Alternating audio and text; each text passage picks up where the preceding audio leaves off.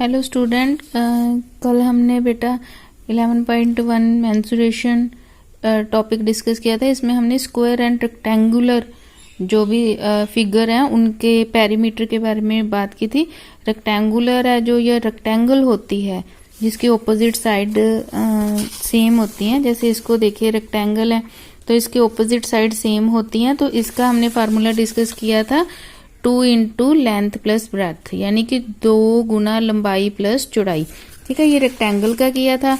और एक हमने स्क्वायर का किया था बेटा। स्क्वायर का पेरीमीटर था हमारे पास, पेरीमीटर ऑफ स्क्वायर था 4 इंटू ए का मतलब अगर हमें एक भी साइड पता है स्क्वायर की तो इसका मतलब हमें सभी साइड्स ही पता है स्क्वायर की, because in square all sides are equal. इसके सभी साइड्स बराबर होती है। रेक्टेंगल में 2 साइड आमने सामने वाली बराबर होती हैं। तो पेरीमीटर ऑफ स्क्वायर हमारे पास 4 into length of one side, किसी एक साइड की लेंथ को हमने 4 से मल्टीप्लाई कर दे। तो ये दो चीजें हमने कल 2 फार्मूलाज डिस्कस किए थे। तो इनमें से हमने फर्स्ट क्वेश्चन कर लिया था बेटा, सेकंड भी मैंने आपको करवा दिया था। अब हम पूरे 11.1 में सबसे पहले रेक्टेंगुलर और स्क्वायर वाला टॉपिक कंप्लीट करेंगे। ओके, तो फर्स्ट एंड सेकंड हमने कर लिया था बेटा। थर्ड है वो हेक्सागन का बाद में करेंगे। अब हम ये करते हैं fourth part, perimeter for joining figure. Joining होता है बेटा साथ वाली में, उसने 22 मीटर है वो उसका पेरीमीटर दिया हुआ है। हमने पेरीमीटर है जो वो डिस्कस किया था। कोई भी क्लोज्ड फिगर का जो पेरीमीटर होता है, परिमाप होता है, वो इसकी सारी लेंथ का एडिशन होता है। ठीक है, सारी लेंथ को अगर हम ऐड कर दें तो वो किसी भी क्लोज्ड फिगर का पेरीमीटर होता है।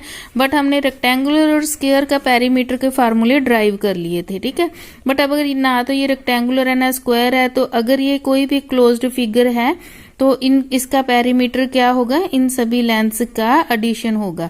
तो पेरीमीटर ऑफ ज्वाइनिंग का 22 मीटर है। The length of each side is equal ED and CD is, हमें ED और CD की जहां पर उन्होंने X लिखा है ना बेटा, तो X की वैल्यू फाइंड आउट करनी है। और उन्होंने बताया कि जितनी ED की वैल्यू आ जाएगी उतनी ही CD की वैल्यू आएगी। ठीक है, तो हमें इन दोनों के बारे में नहीं पता, हमें बाकी सारी साइड्स के बारे में पता है, पेरीमीटर के बारे में भी पता है कि 22 है।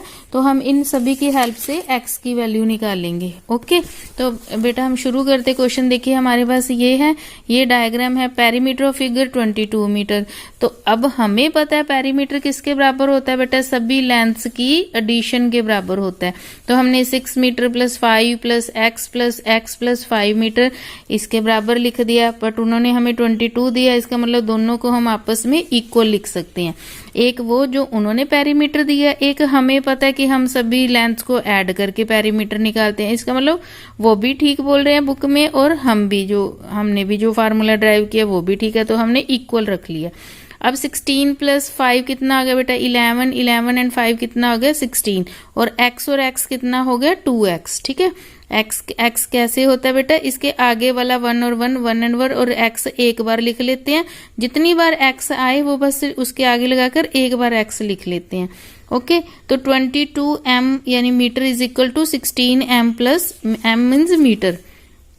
अब आपको पता है कि बीच में इक्वल का साइन हो, मैथ्स की हमने एक तरफ लेके जानी हो, तो अगर ये जिसके आगे कोई साइन नहीं होता वो प्लस का साइन होता है।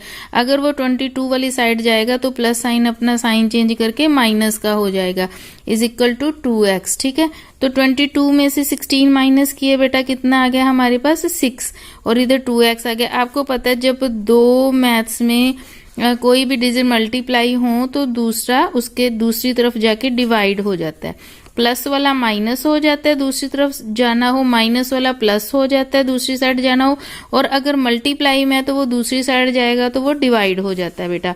तो x की वैल्यू कितनी आ गई, 3 मीटर आ गई। अब ये x ये भी 3 मीटर है बेटा, ये भी 3 मीटर है, क्योंकि दोनों हमारे पास क्या दिए हुए हैं, इक्वल दिए हुए हैं। तो हमने इसके मल्टीपल चॉइस में से फाइंड आउट करना तो हम बी पे टिक कर देंगे कि 3 मीटर है।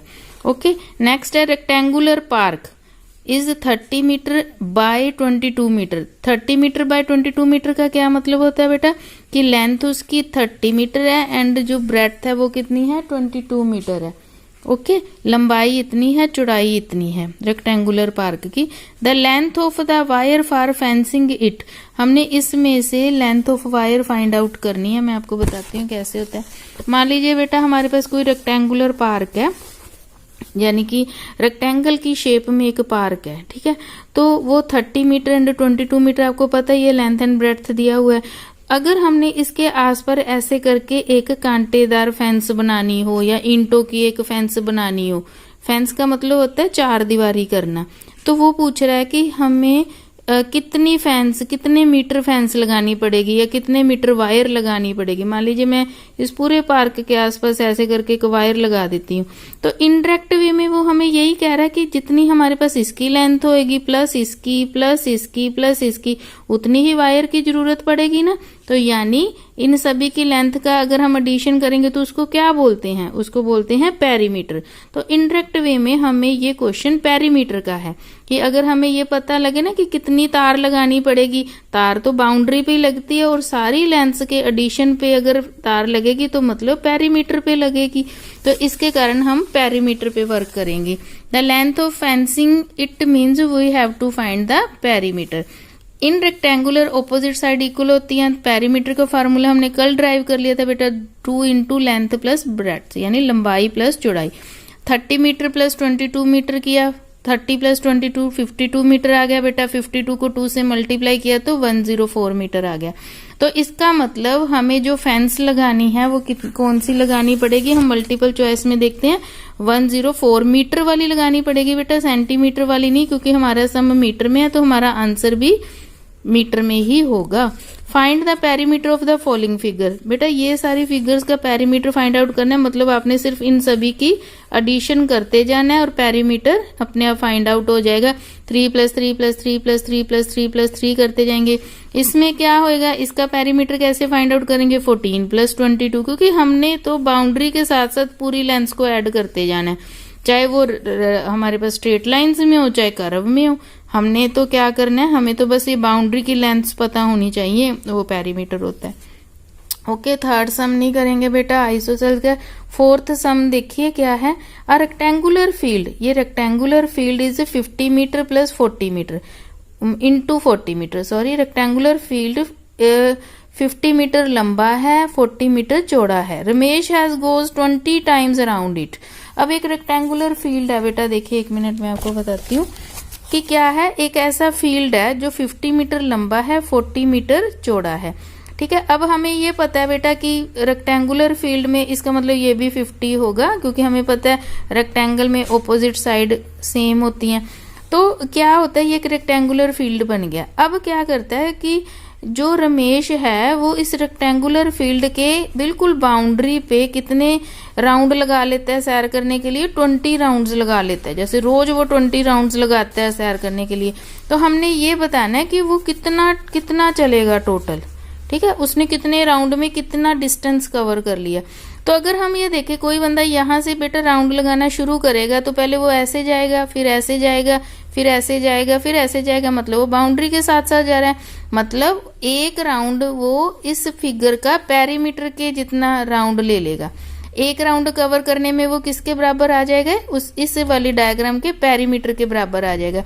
तो सबसे पहले हम पेरीमीटर निकालते हैं इस रेक्टेंगुलर फील्ड का। 2 इंटू लंबाई प्लस, हमें पता लेंथ इंटू ब्रेड्थ होता है बेटा, 50 प्लस 40, लेंथ इसकी 50 है, चाहे ये लेंथ ले लीजिए, चाहे ये चौड़ाई इसकी 40 है, चाहे इसको ले लीजिए। एक बार लंबाई लेनी है बेटा, एक बार चौड़ाई।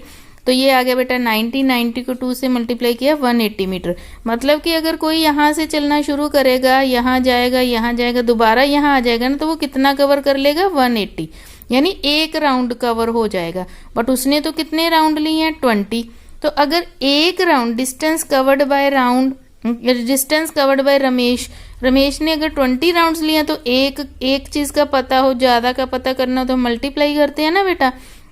तो हमने 180 को 20 से मल्टीप्लाई किया तो 3600 मीटर आ जाएगा। यानी अगर वो 20 राउंड लेता है इन फील्ड के तो 3600 मीटर चल पड़ेगा वो, ठीक है।